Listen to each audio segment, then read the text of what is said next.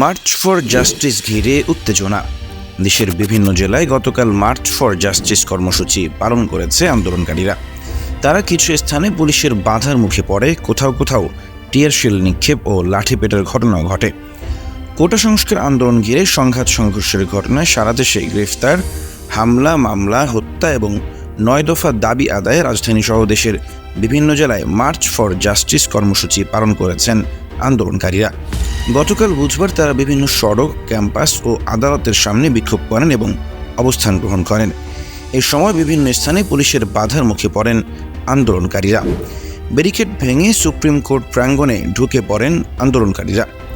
বিভিন্ন স্থানে আন্দোলনকারীদের ছত্রভঙ্গ করতে টিয়ার শেল, সাউন্ড গ্রেনেড নিক্ষেপ এবং লাঠিপেটার ঘটনা ঘটে। এ সময় কয়েকজন আন্দোলনকারীরা আহত হন, আবার কাউকে কাউকে আটক করে পুলিশ। তবে বেশিরভাগ স্থানে আটকদের ছেড়ে দিয়েছে পুলিশ। গতকাল মার্চ ফর জাস্টিস কর্মসূচি পালনে দুপুর 12টার দিকে আন্দোলনকারীরা মিছিল নিয়ে রাজধানীর বিভিন্ন জায়গা থেকে হাইকোর্ট এলাকায় জড়ো হতে শুরু করলে পুলিশের বাধার মুখে প্রথমে পিছু হটেন।